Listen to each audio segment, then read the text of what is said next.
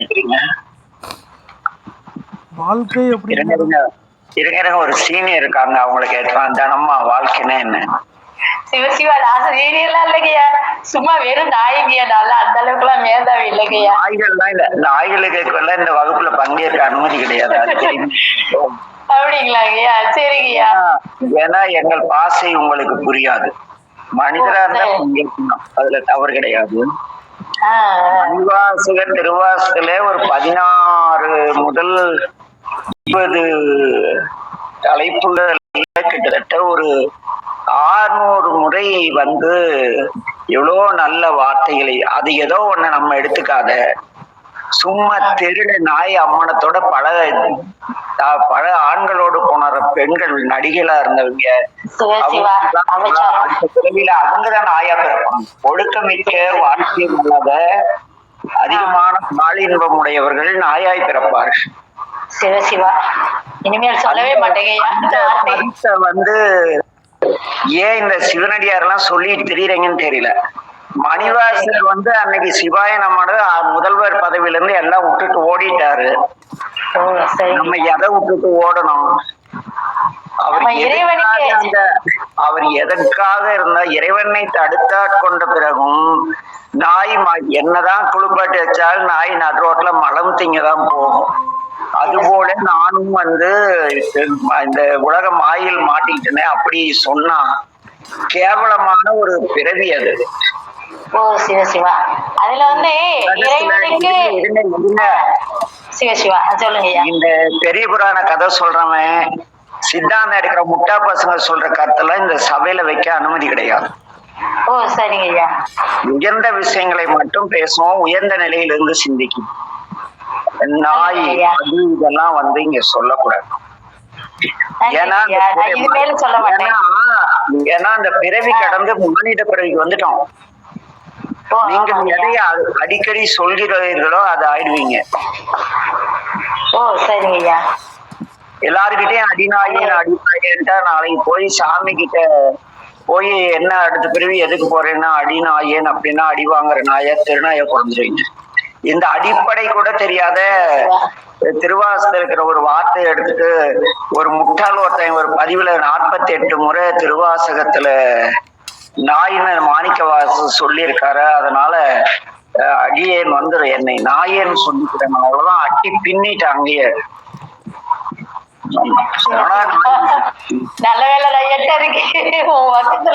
இல்லைங்கம்மா, அது தவறு. லோகநாதையா, நமசிவாய் வாழ்க. நமசிவாய் வாழ்கையா. நாம் இன்று சிந்திக்கக்கூடிய தலைப்பு நாய் அல்ல, வாழ்க்கை. வாழ்க்கை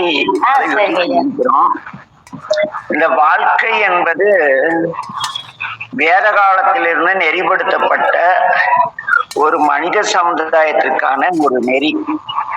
வாழ்க்கையில பிறந்தோம், வளர்ந்தோம், கல்யாணம் பண்ணோம், குட்டி போட்டோம், செத்து போயிட்டான்னு வாழ்றதெல்லாம் வாழ்க்கை கிடையாது. அது நாய் வாழுது, ஆடு வாழுது, எல்லாம் வாழுது. ஆடு மாடும் பிறக்குது, வளருது, குட்டி போடுது, அது வாரிசு உருவாக்கிட்டு செத்து போயிடுது.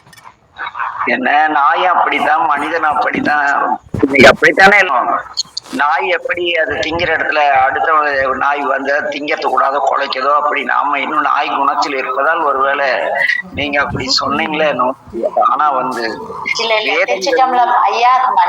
வேதங்கள் நம்மளுக்கு வாழ்வதற்கான ஒரு தர்மத்தை கூறுகிறது.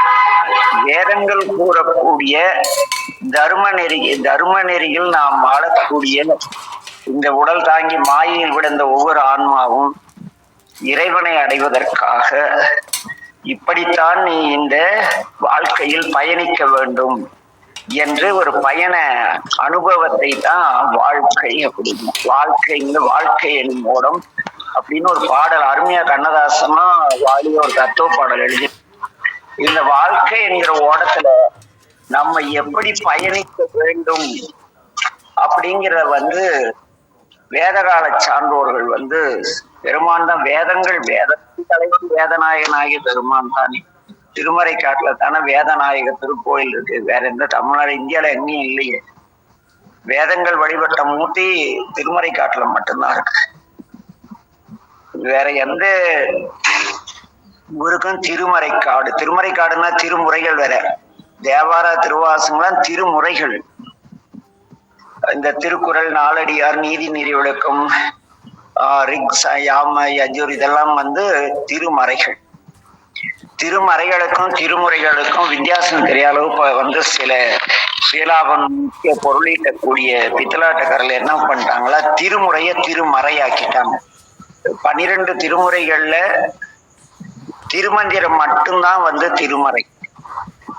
அது கூட ஆகமத்தின் ஒரு விதிரி. ஆக இந்த திருமந்திரம் முதற்கொண்டு வேதங்க, ஏன்னா திருமந்திர ஆசிரியர் சுந்தரநாதன் பெருமானுடைய மாணாக்கர்கள் ஒருவர், நந்தியம் பெருமான் இறைவனுடைய மாணாக்கர்கள் ஒருவர், அவர்கள் எல்லாம் அம்பிகை இறைவனுடைய மாணாக்கர்கள் ஒருவர். இறைவன் நீங்கள் இப்படி வாழ வேண்டும் என்று போதித்த ஒரு சிறப்பான நூல் இருக்கு, அதுக்கு வேதங்கள் என்று பெயர். இந்த வேதம் கூறும் வாழ்க்கை நெறி இது ஒரு குறிப்பிட்ட மனித இனத்திற்கு சொந்தமானதா என்றால் கிடையாது என்று பெருமான் கூறுகிறார். இந்த மனித குலத்திலே 4 பிரிவு உண்டு. ஒன்று பிரம்மத்தை உணர்ந்தவன். பிரம்மம் என்றால் இந்த உலகம் முழுக்க எல்லாம் சிவஸ்வரூபம், அந்த சிவஸ்வரூபத்தில் நானும் ஒருவன் என்று தெளிவாக உணர்ந்தவனுக்கு பிராமணன்னு பேரு. பூணூல் போட்டுக்கிட்டு மணி அடிக்கிறவனுக்கு எல்லாம் கிடையாது. பிரம்மத்தை உணர்ந்தவனுக்கு பிராமணன்னு வேதத்துல பேர். அடுத்து இந்த மனித சமுதாயத்தையும் விலங்கு, ஆடு, மாடு போன்றவற்றையும் பராமரித்து யார் ஒருவன் பாதுகாக்கிறானோ அவனுக்கு சத்திரியன் என்று பெயர்.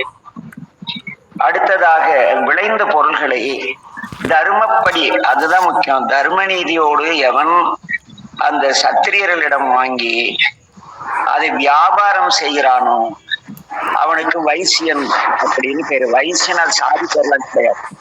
அந்த விளைந்த பொருள்களை மற்ற விளைக்க தெரியாத மக்களுக்கு அறவழியிலே விலை கொடுத்து வாங்கி அறவழியிலே விற்று பிற உயிர்களின் தேவைகளை பூர்த்தி செய்வதற்கு வைசியன்னு பேரு.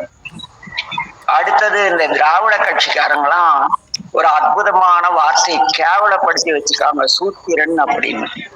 சூத்திரன் என்பதற்கு சூத்திரதாரி என்று பொருள். அவனுக்கு அவன் பிரம்மத்தை பற்றியும் தெரியும், சத்தியனுடைய வீரத்தை பற்றியும் தெரியும், அந்த வியாபார நுணுக்கங்களும் தரும். இது 3 பேருடைய சிறப்பு குணங்களையும் நிர்ணயிக்கக்கூடியவன் சூத்திரதாரி. இந்த சூத்திரன் சொன்னா அறிவற்றவன்னு பேசிய கலைஞர் கருணாநிதிங்கிற ஒரு ஆளு, அவர் படத்துல வில்ல ராஜகுரு தான் வருவாங்க. அந்த ராஜகுரு சரியான சூத்திரதாரி, அவனுக்கு தெரியாத செய்தியே கிடையாது அப்படி டயலாக் எழுதிட்டு ஒண்ணும் தெரியாத முட்டாள்கள் எல்லாம் சூத்திரன், நம்ம எல்லாம் சூத்திரன் அப்படின்னு சொல்லி இந்த முட்டாள்களை வச்சு 50 வருஷமா தமிழ்நாட்டையே அழிச்சு 600 நூல்கள் எல்லாம் புத்தகத்துல வராத பண்ணி ஆத்திச்சூடியா, திருவாசகம், தேவாரம், நாயன்மார் எல்லாத்தையும் காலி பண்ணணும். அவன் தான் பெரிய சூத்திரதாரி, அவன் தான் சூத்திரன். சூத்திரன்னா எல்லா விஷயங்கள் அனைத்தையும் அறிந்து அனைவரையும் வழிநடத்தக்கூடியவனுக்கு சூத்திரன்னு வரும், சூத்திரதாரி. நான் இவர டைரக்டர் சொல்றாங்கல்ல, நாடகத்துல சூத்திரதாரின்னு இயக்குனர் பேரு. திரைப்பட இயக்குனருக்கு சூத்திரதாரி, அவரோட கதை வசம் அமைத்து மக்களுக்கு நீதிகளை சொல்லக்கூடிய அவர்களுக்கு சூத்திரதாரி. நாடகத்தின் அந்த நாடக கதைகளை ஒழுங்கமைத்து கொண்டு செல்பவனுக்கு சூத்திரதாரின்னு பேரு. இந்த கதையும் சூத்திரதாரியே வந்தான். ஏன்னா அவன் தான் இந்த கதை இயக்குறான். அவன் கதாநாயகன், கதாநாயகி, ஜோக்கர் எல்லாரையும் இப்ப இவ்வளவு டைமிங் கொடுத்து இதுக்குள்ள குறை சூத்திரம் அந்த கால்குலேஷன் போட்டு செய்யறான்ல. அது கூட இந்த பிரம்மத்தை உணர்ந்த பிராமணன் பிற உயிர்களை காக்க போர் புரியும் சத்திரியன் பிறர் விளைவித்த தானியம் மற்றும் இதர வஸ்துக்களை நியாயமான முறையிலே பிறரை பாதிக்காத வண்ணம் வியாபாரம் செய்யும் வியாபாரி இந்த 3 பேருடைய குணங்களையும் உணர்ந்து அவர்களுக்கு வழிகாட்டியாக சூத்திரதாரியாக அனைத்தும் அறிந்து வழி நடத்துபவனுக்கு சூத்திரன்னு வரும். இந்த 4 வருணத்தாருக்கும், இதுதான் வருணம்ங்கிறது, இந்த வருணத்தாருக்கும் பொதுவானது வாழ்க்கை. எல்லாரும் ஒரே பிறக்கிறோம், வளர்றோம், செத்து போறோம்ல, எல்லாருக்கும் பொதுவானதான வாழ்க்கை. இந்த வாழ்க்கையில நாம எப்படி வாழணும், இந்த 4 வகை மனிதர்கள் இனங்களும் எப்படி வாழ வேண்டும் என்று கூறுகிறது. முதல் செயல் என்னன்னா, முதல் அட்வைஸை பிறர் மீது குற்றம் சுமத்தக்கூடாது. முதல் அட்வைஸ் என்ன? பிறர் மீது குற்றம் சுமத்தக்கூடாது. இரண்டாவது வாழும் பொழுது நம்ம எங்க மாமியார் சரியில்லை, மாமனார் சரியில்லை, எங்க கொழுந்தனார் சரியில்லை, எங்க மண்ணி சரியில்லை, அண்ணி சரியில்லை, எங்க அப்பா ஒரு வீணா போனவன், எல்லாம் யாரையும் குற்றம் சுமத்தக்கூடாது. வாழ்க்கையில் வாழ்றதுக்கு நமக்கு தேவையான முதல் அறிவுரை குற்றம் சுமத்தக்கூடாது. இரண்டாவது பொய் பேசக்கூடாது. மூன்றாவது பிறர் மனம் புண்படும்படி பேசக்கூடாது. இது மூன்றாவது வாழ்க்கை நெறி. நான்காவது பிறர் பொருள், பிறர் மனைவியரிடம், பிறர் கணவரிடம் கற்றுக்கொள்ளக்கூடாது. அதற்கு அடுத்து பார்த்தீர்கள் என்றால், ஜீவ இம்சை, பிற உயிர்களை துன்புறுத்தக்கூடாது. அதே போல நீங்கள் வாழ்வதற்கான பொருளை நியாயமான வழியில் ஈட்ட வேண்டும்.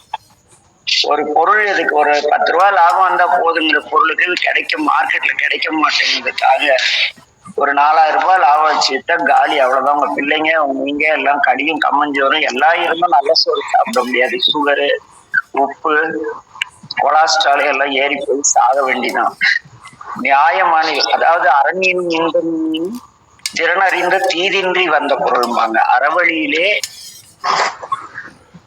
நீங்கள் பொருளீட்டி அறவழியில் வாழ்ந்தால் வீட்டிலே நோய் நொடி இல்லாமல் இன்பமான வாழ்க்கை இருக்கும். அப்படிங்கிறதுதான் இந்த குறளுடைய விளக்கம். இதற்கு எங்க அப்பா ஒரு மறைகுறள், ஒவ்வொரு திருக்குறளுக்கும் மறைவா, ஏன்னா பெரிய பெரிய ஞானிகள்லாம் கெட்டதை சொல்ல மாட்டாங்க. நீ இப்படி இருந்தா இப்படி இருப்பேன்னு நல்ல விஷயங்கள் சொல்லுவாங்க. வள்ளுவர் டே இப்படி அதர்மமான வழியில பொருள் உனக்கு துன்பம் தான் இருக்கும், வாழ்க்கையில நீ அழிஞ்சு போடுவேன்னு சொன்னா அது வள்ளுவருடைய அந்த கற்றாண்மை, அந்த சான்றாண்மைக்கு இருக்கு. அதனால அவர் என்ன சொல்றாருன்னா, அரணியனும் இன்பமும் மீனும் திறனறிந்து தீதின்றி வந்த பொருள், தீதில்லாமல் நம் திறமை கேட்டதாக வந்த பொருள் நமக்கு நலன் செய்யும்னு சொல்லிட்டு அதுக்கு மறைவா ஒண்ணு சொல்லியிருக்காங்க. மரணியும் துன்பமும் மீனும் திறனின்றி தீவழியில் வந்த பொருள். உழைப்புக்கு மீறி சம்பாதனை, உழைப்புக்கு மீறி எது கிடைச்சாலுமே, உடலுக்கு மீறி தீனி தின்னாலே உடம்பு தாங்க மாட்டேங்குது. அளவுக்கு அதிகமான பொருள் வந்தா என்ன ஆகும்? அது லஞ்சம் வாங்கி, அது வாங்கி, இது வாங்கி, வீட்டுக்கு நம்ம அதெல்லாம் வாங்கிட்டு வீட்டு வரக்குள்ள மனைவி, குழந்தைங்க, நம்ம எல்லாம் உப்பு, அதாவது வீட்டுக்கார ஐயா உப்பு போட்டு சாப்பிட்டாரு, அம்மா சர்க்கரை போட்டு டீ குடிக்க மாட்டாங்க, குழந்தைகளுக்கு எது தின்னாலும் சேராது. இந்த பணத்தை சம்பாதிச்சு என்ன பண்றது? ஆக பொருள் நியாயமான வழியில் ஈட்ட வேண்டும். இது வாழ்க்கையில் வாழ்வதற்கான, இதையெல்லாம் வாழ்ந்தாதான் வாழ்க்கை. இல்லைன்னா சும்மா டுபாக்கு ஒரு ஆடு மாடு பிறக்குது, வளருது, ஏஜ் முட்டை போடுது, அப்புறம் செத்து போயிடுது. அது வாழ்க்கை கிடையாது, திரும்புது. அடுத்து பார்த்தீங்கன்னா தயை, எல்லாரிடத்தும் ஒரு அன்போட இருக்கணும்.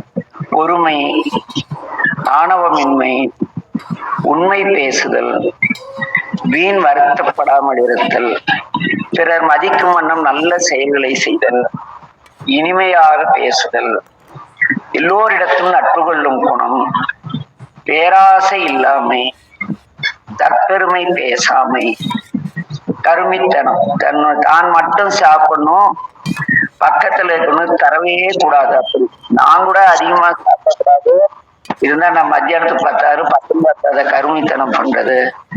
அப்புறமேட்டு பொறாமை இல்லாமை என்ற ஒழுக்கத்தை இந்த 4 வகையான மனிதர்களுக்கும் இந்த வேதம் கூறுகிறது.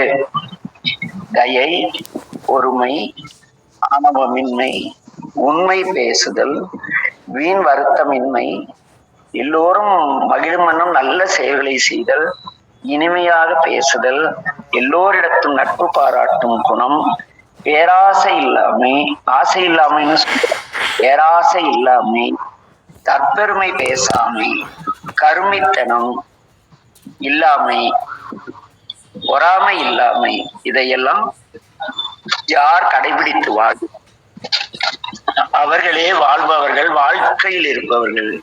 மற்றவர்களெல்லாம் பிறந்து இறக்க ஏதோ இந்த பிறந்துட்டோம், ஆடு மாடும் பிறந்துருச்சு சாவுது. எத்தனை ஆடு செத்தா எவன் கவலைப்பட போறான்ல? எத்தனை மனிதர் செத்தா எத்தனை பேருக்கு என்ன கவலை? ஒண்ணும் கிடையாது. இதுபடி வாழ்ந்தால் நீங்கள் மனிதர்கள். வாழ்க்கைன்னா ஏதோ வாழ்க்கை பற்றி கதையெல்லாம் கிடையாது. இப்படி வாழ வேண்டும் என்று நம்முடைய ஏன் இந்த எல்லாரும் வேதம் வேண்டாம் வேண்டாம் வேண்டான்னு வேதம் போயின்னு படிக்காதவங்கலாம் சொல்றானா? இப்படியெல்லாம் மனித குலம் வாழ்ந்ததுன்னு வச்சுங்க, இந்த கள்ளத்துறவிகளுக்கும் கள்ள அடியார்களுக்கும் வாழ்க்கைக்கு சுக வாழ்க்கைக்கு பணம் இருக்காது. அதுக்கடுத்து இது அடிப்படை 4 வருணத்தாருக்கும் பொதுவானது. மேற் சொன்ன எது பிறர் மீது குற்றம் சுமத்தக்கூடாது, பொய் பேசக்கூடாது, பிறர் மனம் புண்படும்படி பேசக்கூடாது, பிறர் பொருள் மற்றும் பிறர் மனைவி அல்லது கணவனிடம் பற்று கொள்ளக்கூடாது, பிற உயிர்களை இம்சித்தல் கூடாது, பொருளை நியாயமான வழியில் ஏற்ற வேண்டும், அன்புடைமை, பொறுமை, ஆணவமின்மை, உண்மை பேசுதல், வீண் வருத்தப்படாமல் இருத்தல், மங்களமான நல்ல எல்லோரும் மகிழும் கூடிய செய்களை செய்தல், இனிமையாக பேசுதல், நட்பு கொள்ளும் குணம், பேராசை இல்லாமை, தற்பெருமை பேசாமை, கருமைத்தனத்தோடு வாழாமை, பொறாமை இல்லாமை, இதெல்லாம் ஒருவன் கடைபிடித்து வாழ்ந்தால் அவனே மனிதனாக வாழ்பவன். எவ்வளோ விஷயம் இதெல்லாம் பரம்பரையா அப்படியே வந்துட்டு இருந்திருந்தா இன்னைக்கு தமிழ் சமுதாயம் கல்வி விழிப்புணர்ச்சி வந்த பிறகு இதெல்லாம் அழிச்சிட்டானுங்க. இந்த 50 வருஷத்துல கல்வி வளர்ச்சி வந்த பிறகு ரொம்ப சாதாரணமா கல்வி கண் தந்த காமராஜரே காணாம போய் தமிழன் காட்டு மிராண்டி தமிழன் கெடுக்கும் மொழி தமிழ் மொழியை அழிப்பதற்காக ஆங்கில மீடியம் பள்ளிக்கூடம் கொண்டு இன்னைக்கு தமிழ்நாட்டு குழந்தைகளுக்கு தமிழ் தெரியாம பண்ணிட்டாங்க. ஏன்னா தமிழ் தெரிஞ்சா இதையெல்லாம் கற்று இந்த குழந்தைகள் அறவழி வாழ்ந்து முட்டாள் பெற்றோர்கள் சோத்து கல்விக்காக என்ன பண்ணிட்டாங்க, தமிழ் சொல்லி கொடுக்குற ஸ்கூல்ல சேர்த்ததே விட்டாங்க. எவ்வளவு பெரிய அழிவை நம்ம 2 தலைமுறைக்கு தந்துட்டோம் இல்லையா? இதையெல்லாம் சொல்லாம.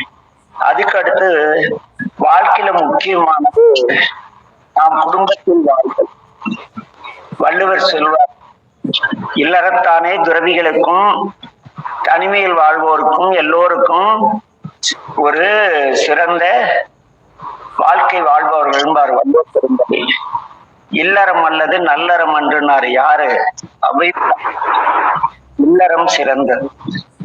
ஏன் சிறந்தது என்றால், அங்கு முதலில் ஒரு கணவன் மனைவி, கணவன் மனைவியுடைய பெற்றோர், இவர்கள் இந்த குழந்தைகளுக்கெல்லாம் தன்னலம் கருதாது தனக்கு இல்லை என்றாலும் கொடுத்து பழகக்கூடிய ஒரு உயர்ந்த பண்பாடு நல்ல குடும்பங்களில் வரும்.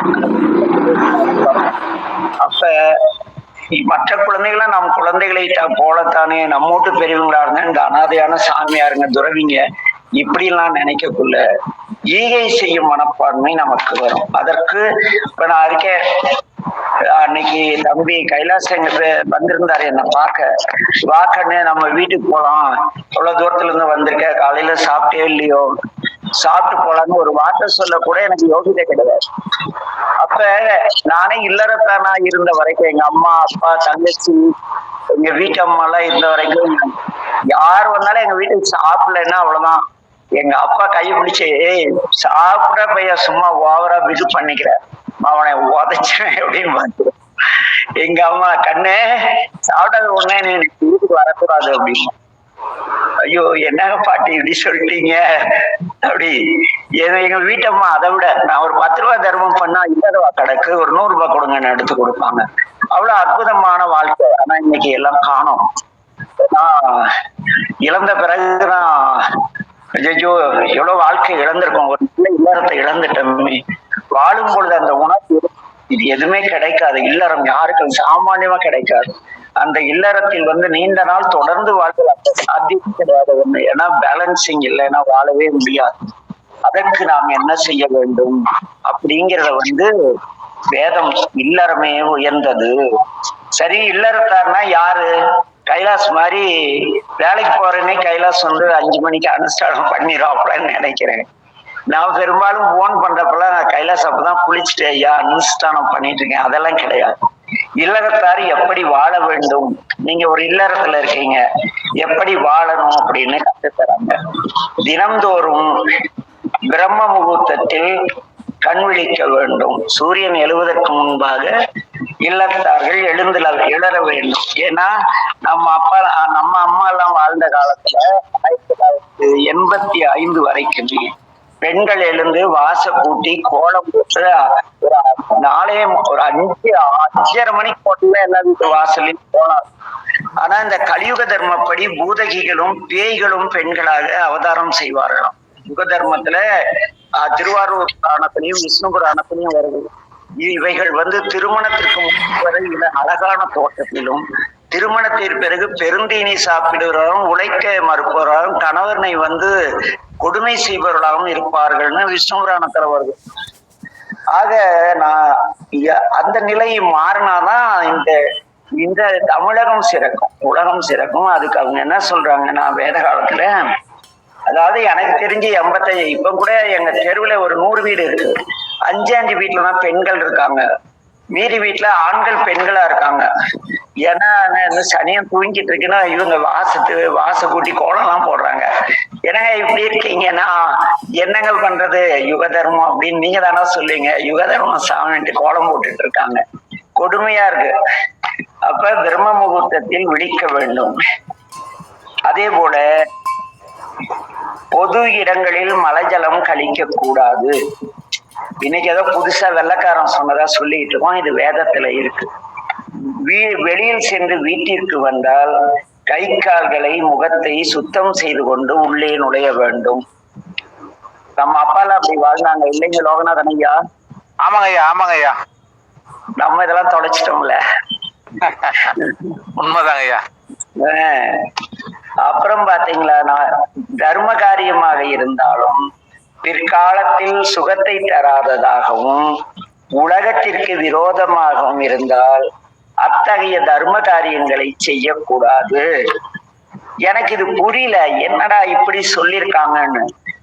நீங்க போனீங்களா திருவண்ணாமலையில இலவசமா எல்லாரையும் அவங்ககிட்டயும் பணம் வாங்கி சோறு போடுறதுனால இந்தியாவுக்காக உழைக்க வேண்டிய நிறைய இளைஞர்கள் கூட பிச்சைக்காரங்களா உட்கார்ந்துருக்காங்க. சோறு கிடைக்குதுன்னு கேட்டா திருவேடம் வர போட்டுக்கிறாங்க. என்ன சாமி திருவேடம் போட்டு 10 பேருக்கு என்ன மாதிரி நீங்க உழைச்சு பயன்படுகிறான்னு இவனை 10 பேர் உழைப்புல தின்னுட்டு கேடிங்களா திரிறானுங்க. என்ன பண்றது? ஆக நம்ம செய்யற தர்ம காரியம் என்ன பண்ணுது, இந்த சமுதாயத்தை கெடுக்கக்கூடிய உலகிற்கு விரோதமா இருக்கு இல்லையா? அறக்கட்டளைக்கு நாம கொடுக்கிற காசெல்லாம் நம்ம, அதாவது எப்படின்னா அன்னசத்திரம் 1000 கட்டுதலை விட ஒருத்தனுக்கு எழுத்தறிவித்தல் சிறந்ததும்பாங்க பாரதியார். அந்த மாதிரி ஒரு மனித குலம் ஆழ்வன வழிகாட்டாம நான் திருவண்ணாமலையில அன்னதானம் பண்றவனுக்கும் சென்னையில அன்னதானம் பண்றவனுக்கும் காசு கொடுத்து சோம்பேறிகளை உருவாக்கி சுத்தமா உலகத்துல உழைப்பவனுடைய பர்சன்டேஜ குறைக்கிறதுனால அது கூட குற்றம் தான், செய்யக்கூடாது. அதே போல அறவழியில் பொருளீட்ட வேண்டும். தினமும் குளித்த பின் சுத்தமான துவைத்த ஆடை அணிய வேண்டும். கந்தையானாலும் கசக்கி ஒரே 2 வேட்டி தான் இருக்கும், அதுக்கு மேல தைக்கவே இடம் இருக்காது. 74 எங்க சொக்கனா இருக்க அந்த வேட்டி கூட இருக்காது, அது ஒரு மண்டபத்துல அடுக்கி வச்சிருந்தாங்க. இருந்தாலும் சாமிக்கும் தினம் துவைச்சு எப்படியோ கஷ்டப்பட்டு ஒரு துணி கட்டிடுவோம். வேகமா கும்பினா வேட்டி கிழிஞ்சு விடும், அந்த கைத்தையில் போகாத அளவுக்கு துவைச்சு கட்டுவோம். ஆனா இன்னைக்கு இறையர்களால் பீரோ நிறைய துணி இருக்கு. எங்க சொக்கனார் போய் நெல்லுக்குள்ள படுத்துட்டாரு திருப்பணியில, அவரை பார்க்க வேட்டி கட்ட நேரம் இல்ல, கொடுமை. என்ன பண்றது? அன்னைக்கு கட்டணம் கிழிந்ததை கூட, ஆனா இன்னைக்கும் துவைத்த ஆடைதான் அணிகிறோம். இருந்தாலும் எல்லோரும் தினமும் துவைத்த ஆடை அணிகிறோமானா அதுக்கு கேள்வி நிறைய இருக்கு. ஆக தினமும் குளித்த சுத்தமான ஆடை அணிந்து பெற்றோர், மூதாதையர், கடவுள் இவர்களை வணங்க வேண்டும். என்ன அதற்கடுத்து மனமகிழ்வுடன் உணவருந்த வேண்டும். சாப்பிட சாப்பிட்றப்ப டென்ஷனே இருக்கக்கூடாது, சந்தோஷமா சாப்பிடணும். சே, பழைய சோறு தானா, தினம் இதே இட்லி இதே சட்னி தானா, இந்த பூரிக்கு இந்த குருமா தவிர வேற எதுவுமே செய்ய தெரியாதா, எத்தனை சலிப்பு உணவு அருந்துறப்ப இல்ல, உணவு கிடைச்சதேன்னு மகிழ்வோடு உணவு அருந்த வேண்டும். மனவேதனையோடு உணவு அருந்தக்கூடாது. அடுத்து பழைய உணவு காலையில செஞ்சு சாயங்காலம் தண்ணி விட்டு போயிருக்கோம், அதுக்கு ஏதோ தாலியில ஊத்தினா ஒரு மாடு குடிச்ச புண்ணியமாவது நமக்கே தெரியாத சம்பாரிச்சுக்குவோம். இல்ல மிச்சானது அப்படியே அவன் பசியோட வந்து போட்டு தொலைச்சிருந்தாலும் பரவாயில்ல, அந்த நீரை விட்டு போன சோறுல நீரை ஊத்தி அதை ஏதோ பண்ணி வைக்கணுமோ, அதை தின்னு உடம்புக்கு நோய் வந்து கேஸ் ஃபார்ம் ஆகி இம்சப்படுறவங்க நிறைய பேரை நான் சந்திக்கிறேன். ஆக பழைய உணவு, காரம் இல்லாத உணவு, ஒண்ணுமே இருக்காது, டேஸ்டே இருக்காது அந்த உணவை, ஏன்னா செலவாயிடும். அப்படி கணக்கு பார்த்துட்டு சாப்பிடாட்டெல்லாம் என்ன சுத்தி இருக்காங்க. ஏன்னா ஏங்க வீட்டுல நல்லா தாங்க இருக்கேன், அட ஏங்க இஎம்ஐ அதெல்லாம் கட்டிட்டு எங்கங்க நல்ல சோறே சாப்பிட முடியல அப்படிங்கிற ஆளுங்க இருக்காங்க. அப்ப என்ன பண்ணணும், மனவேதனையோடு உணவு அருந்தக்கூடாது. பழைய உணவு, காரமில்லா உணவுகளை ஒருபோதும் உண்ணக்கூடாது. உணவை நிந்திக்காமலும் மௌனமாகவும் உணவருந்த வேண்டும். செல்போன் வச்சுட்டு சாப்பிடுறது, கதை புத்தகம் படிச்சுட்டு சாப்பிடுறது, கதை அடிச்சுட்டு சாப்பிடுறது, இதெல்லாம் எதுவுமே இருக்கக்கூடாது. அமைதியா உணவுங்கிறது ஒரு பெரிய அமிர்தம், நம் உடல் நலத்தை பேணக்கூடிய ஒரு சமாச்சாரம்.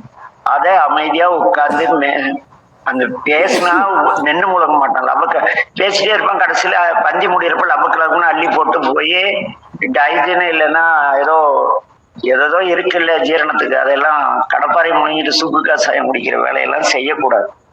ஆக உணவை நிந்திக்காமலும் மௌனமாகவும் இந்த சோறு தானே திட்டக்கூடாது, அமைதியா சாப்பிடணும். இது வாழ்க்கை, இப்படி வாழ்ந்தாதான் வாழ்க்கை. எதுவும் செய்யலைனாலும் வாழல, நம்ம சும்மா பிறந்திறப்பதற்கு காரணமாய் வாழணும், அவ்வளவு. இப்படி வாழ்ந்தால் பிறகு கிடையாது. அடுத்து இன்னொரு சிறப்பா சொல்றாங்க, அனாதைகளுக்கு உணவு, நீர், துணி ஏதேனும் ஒன்றை கொடுத்து உபசரிக்க வேண்டும். அடுத்து பாத்தீங்கன்னா தூங்குறதுக்கு ஒரு கண்டிஷன் சொல்லுதுமா வேதம். இன்னைக்கு மெடிக்கல் சயின்ஸ்ல டாக்டர் இப்படி தூங்கணும் தூங்கக்கூடாதுங்கிறத வேதம் சொல்லுது. சமமான மேடுவலம் இல்லாத தூய்மையான படுக்கையில் படுக்க வேண்டும் அப்படிங்கிற. என்ன அதே போல இந்த ருதுகாலத்தில் ஒரு ஆண் பெண் இல்லற வாழ்க்கை வாழும் பொழுது அவங்க தாம்பத்தியம் மிக முக்கியமானது. சும்மா போட்டு கண்ட மருந்த தின்னு டேட்டை தள்ளி போட்ட நாசமா போதும் இன்றைய சமுதாயம். ஆனா வேதம் ஒரு அற்புதமான உண்மையை தெரிவித்திருக்கிறது. ருதுகாலத்திலே 4 நாட்களுக்கு பிறகு 15 நாட்களுக்குள் மனைவியுடன் சேருவது நல்லது. அப்படி சேர்ந்தால் வம்சம் விருத்தியாகும். 16 நாட்களுக்கு பிறகு பிறந்தால் அங்கே மக்கட்பேறு உண்டாகாது அப்படின்னு வேதத்துல திருமந்தியத்துல கூட இது வருது. அநியாயத்துக்கு படிச்சுக்கணும். இததான் இந்த காலத்து பிள்ளைங்க டேட்டிங்னு இதை தெரிஞ்சு வச்சுட்டு தவறான வாழ்க்கை போயிட்டு இருக்காங்க. என்ன பண்றது? அப்ப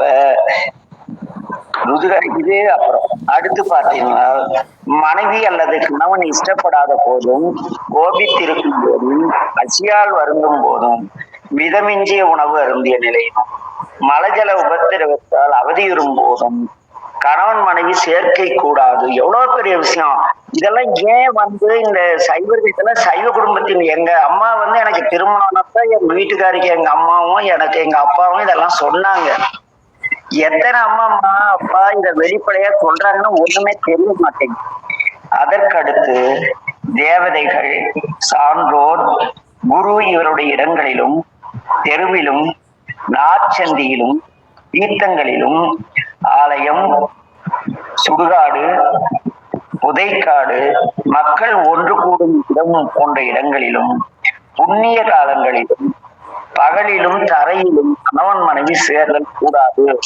இதெல்லாம் வேதத்துல வருது, திருமந்திரத்துல வருது. அடுத்து பெரியோர் குரு கடவுளை வணங்கு. பிறர் பொருள், பிறர் மனைவி, பிறர் கணவனை விரும்புதல் கூடாது, பகைமை கூடாது, நல்ல சான்றோரிடம் மட்டும் பழகு, நட்பு கொள்ளும் பொழுது தேர்ந்தெடுத்த நற்கல்வி கற்ற ஒழுக்க வாழ்க்கை வாழ்ந்த குடும்பத்தில் பிறந்தவர்களாக பார்த்து நட்பு கொள்ளும். இவ்வளவு பெரிய விஷயம் இல்ல.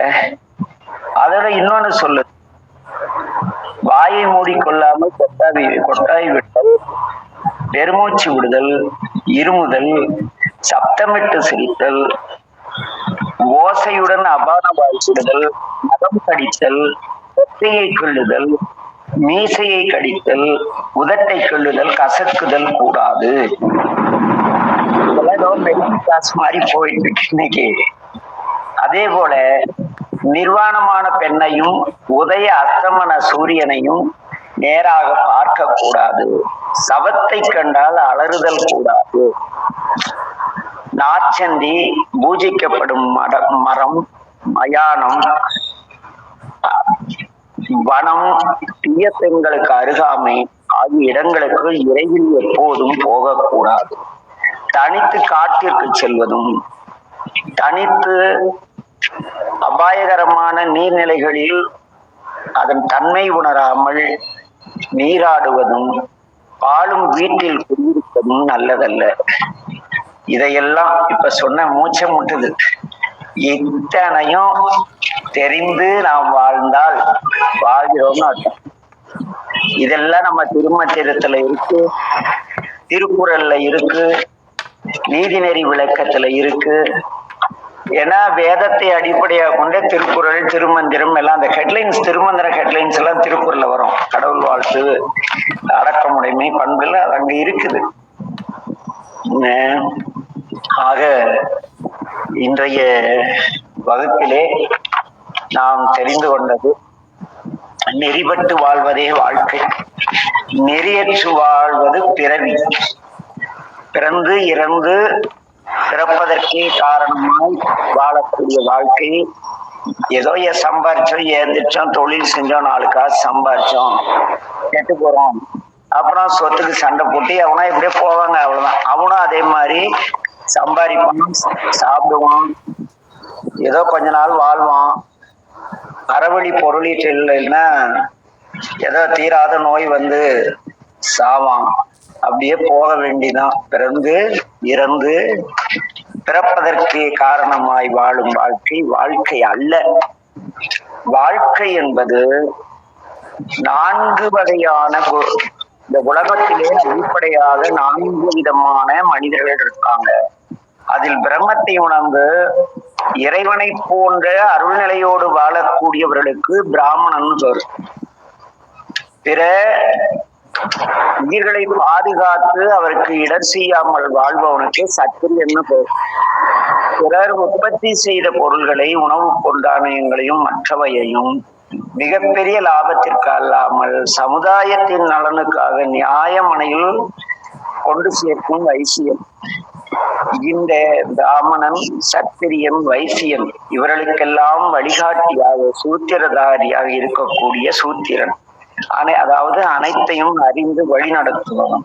இந்த 4 விதமான மனிதர்களுக்கும் என்னன்னா, முதல் பிறர் மீது குற்றம் சுமத்தக்கூடாது, 2வது பொய் பேசக்கூடாது, 3வது பிறர் மனம் புண்படும்படி பேசக்கூடாது, பிறர் பொருள், பிறர் மனைவியரிடம் கணவரிடம் பற்று கொள்ளக்கூடாது, பிற உயிர்களை இம்சித்தல் கூடாது, பொருளை நியாயமான வழியில் ஈட்ட வேண்டும், அன்பு, பொறுமை, ஆணவமின்மை, வீண் வருத்தமின்மை, உண்மை பேசுதல், பிறர் மதிக்கும் வண்ணம் உயர்ந்த செயல்களை செய்தல், இனிமையாக பேசுதல், எல்லோரிடத்தும் நட்பு கொள்ளும் குணம், பேராசை இல்லாமை, தற்பெருமை கொள்ளுதல், அருமைத்தனம் இல்லாமல், பொறாமை இல்லாமல் என்ற ஒழுக்கங்களை பொதுவாக கூறிய நமது உலகியல் வழிகாட்டி ஆகிய வேதங்கள் இல்லறத்தில் நாம் எப்படி வாழ வேண்டும் என்று போதிக்கிறது.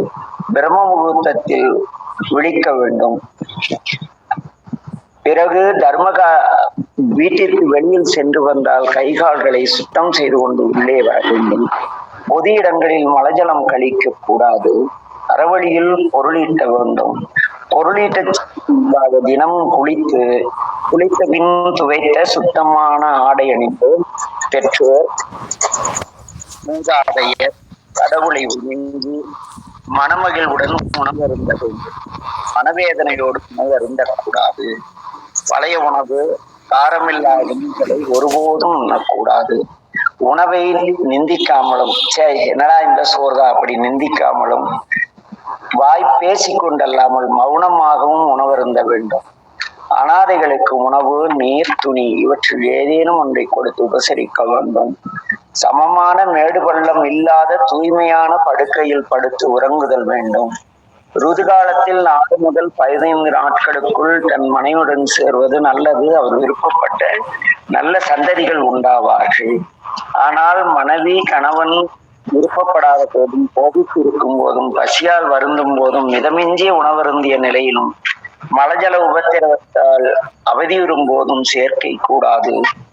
தேவதைகள், சான்றோர், குரு இவர்களுக்குரிய இடங்களிலும், நாற்சந்தியிலும், தீர்த்தங்களிலும், ஆலயம், இடுகாடு, சுடுகாடு, மக்கள் கூடுமிடம் போன்றவற்றிலும், புண்ணிய காலங்களிலும், பகலிலும், தரையிலும் சேர்க்கை கொள்ளக்கூடாது. பெரியோர், குரு, கடவுளை தினமும் கண்ட இடத்திலெல்லாம் வணங்க வேண்டும். பிறர் பொருள், பிறர் மனை விரும்புதல், பகைமை பாராட்டுதல் கூடாது. நல்ல சான்றோரிடம் மட்டுமே பழக வேண்டும்.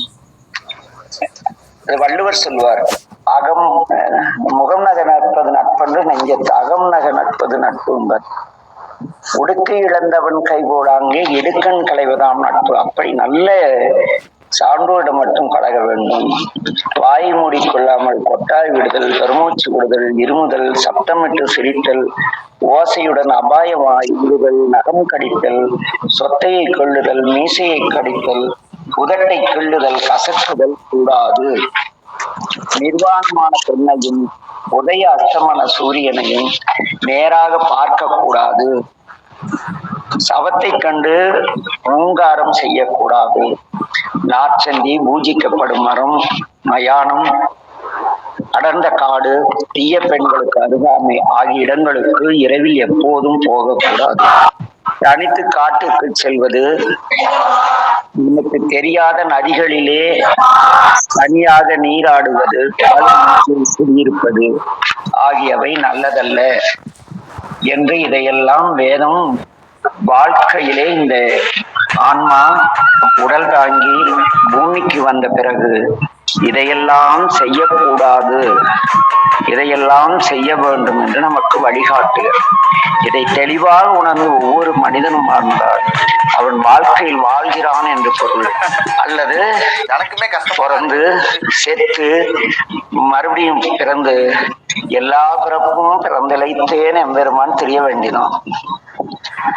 சிவசிவா. கைலாச நமச்சிவாய வாழ்கங்கய்யா. வாழ்க்கை நெய்யுள்ள இருக்கு கைலாசு. ஆமாங்கய்யா. ஐயா நமச்சிவாய வாழ்க ஐயா.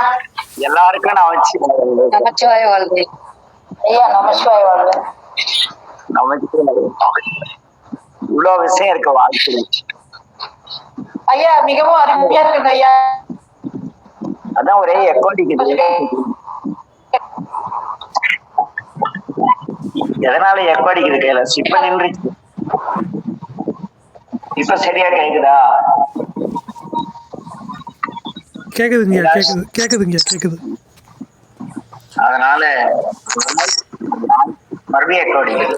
இல்ல 2-3 பேர் அன்மியூட் பண்ணாங்கன்னா எக்கோ ஆயிடுதுங்க. சரி சரிம்மா. அதனால வாழ்க்கைங்கிறது இவ்வளவு உயர்ந்த விஷயம். இப்படி எல்லாம் வாழ முயற்சித்து வாழ்ந்தால் அது வாழ்க்கை. இல்லைன்னா அது வாழ்க்கை கிடையாது. அப்படி ஜாலியா பிறந்து வாழ்ந்துட்டு சோறு தின்னு கல்யாணம் பண்ணி குட்டி போட்டு ஏதோ 4 இஎம்ஐல வீடு கட்டி வச்சு, இல்ல கடன் வாங்கி வீடு கட்டி, இல்ல சம்பாரிச்ச காசை வீடு கட்டி, ஒரு குழந்தைய வளர்க்கவே வசதி இல்லைன்னு இஎம்ஐ வாங்கி 20 லட்ச ரூபா 40 லட்ச ரூபா வீடு கட்டுவாங்க. ஒரு குழந்தைய வளர்க்கறதுக்கு அதிகபட்சம் வாழ்நாள் பூரா செலவழிச்சா கூட ஒரு 10 லட்ச ரூபா செலவாகும். அவ்வளவுதான். முட்டாள்தனமா வாழ்ற இந்த சமுதாயத்துக்கு இதெல்லாம் கிடைக்க கூடாதுன்னா கடந்த 40 ஆண்டுகளா கல்வியில இதெல்லாம் மறைக்கப்பட்டது. அதனால தெரிந்து கொண்டால்